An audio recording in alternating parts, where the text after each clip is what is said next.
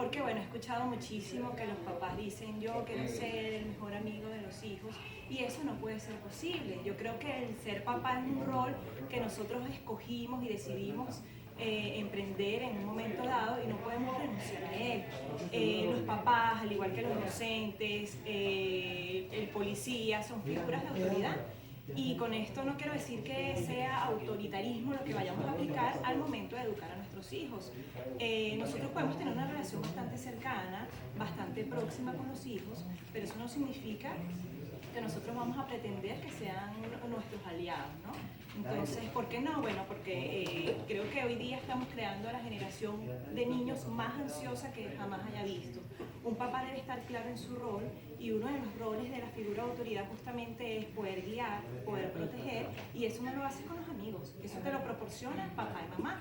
Cuando papá y mamá no están en ese rol tan claro, no saben qué hacer, no saben cómo educar, eso hace que los niños sean súper ansiosos. Yo siempre pongo el ejemplo de los barcos. Tú te montarías en un Titanic donde el capitán no tenga muy claro qué hacer.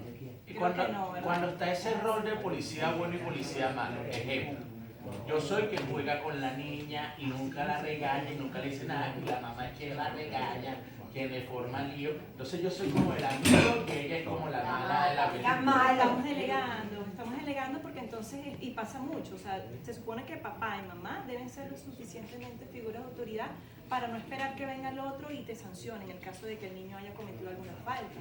Porque si no, entonces pierdes autoridad, pierdes el respeto. Y no hay nada más desagradable, no hay nada más grave que tus hijos no te respeten. No porque te tengan miedo, sino porque justamente tu palabra como papá vale, justamente porque le tienes que dar seguridad. Si tú, por ejemplo, le prometes una sanción o le prometes llevarlo de paseo, tú tienes que cumplir con eso. Porque si tu palabra como papá o mamá no vale, ¿qué puede esperar ese niño para el resto de las personas? Doctora, ¿cuáles son las consecuencias de creerse amigo de los hijos? Porque muchos padres, bueno, como usted dijo, se intercambian los roles, sobre todo las madres cuando son madres jóvenes y las adolescentes. Entonces, quizá, bueno, se hace una relación de amistad, como de adolescencia. De que se cuentan todo. Se cuentan absolutamente todo y no se paran esos roles. Es sumamente terrible, o sea, es mentira que puedas pretender que tu hijo te cuente de todo. O sea, insisto, una cosa es tener confianza en tus papás, pero otra cosa es, o sea, no es cierto que los niños le comentan todo a los papás. Primero porque somos de diferentes generaciones. Ha pasado mucho, por ejemplo, los papás que se están divorciando, la mamá se siente muy mal, entonces le cuenta a la hija o al hijo lo mal que se sienten, entonces el hijo cumple un rol que no le corresponde, que es de consolar a la mamá, de ser ahora el papá de la casa. Entonces eso sí es maltrato psicológico. Los niños no están para establecer alianzas con los papás, los niños están para ser protegidos y guiados por estas personas adultas. ¿Y cómo mantener a lo mejor entonces una buena relación sin caer en eso con papá y con mamá y los padres con sus hijos? ¿Cuál sería la idea?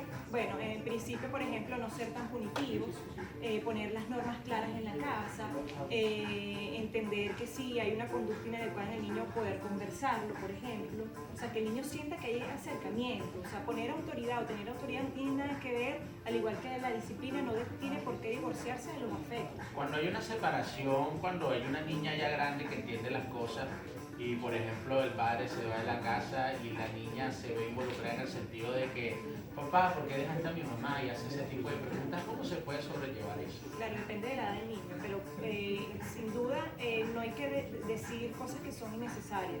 Supongamos que el papá se portó muy mal con la mamá, siempre es importante hablar en lenguaje neutral, ¿no? Mira, papá y mamá no nos llevamos bien, decidimos que es mejor separarnos, pero independientemente de que papá esté en otra casa o mamá esté en otra casa, vamos a seguir siendo tus padres. Entonces esa es la información que hay que manejarla, no dejarlo pasar, porque a veces entendemos o pensamos que los niños no entienden, pero dar información adicional, como es que ay, tu papá se fue con otro porque imagínate, no te quiere a ti ni a mí, eso es maltrato. Claro, eso también causa algún tipo de resentimiento en ese niño o esa niña.